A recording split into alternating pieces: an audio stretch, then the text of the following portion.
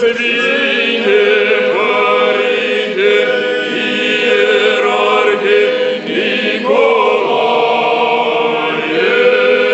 Creștinii ortodoxi de rit vechi îl sărbătoresc astăzi pe Sfântul Ierarh Nicolae, mare făcător de minuni. Sărbătoarea a fost așteptată mai ales de copii. Aceștia au venit astăzi la biserică, au primit Sfânta Împărtășanie și cadouri de la mitropolit.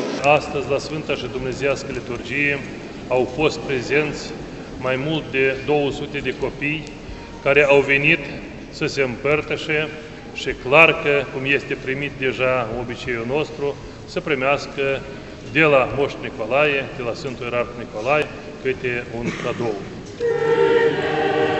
Mitropolitul i-a binecuvântat pe toți copilașii și le-a împărțit dulciuri și iconițe.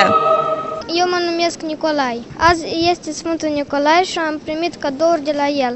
Eu am primit cadouri pentru că eram cu minte și am ascultat de mama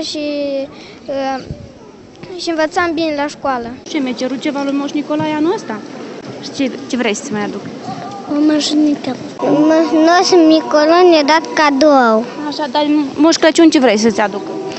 Săniuță. Ne-am cununat la sărbătoarea asta.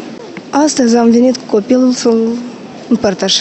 Cu aceeași ocazie, Mitropolia Moldovei a oferit pachete alimentare pentru 150 de familii nevoiașe din Chișinău, Ialoveni și Strășeni.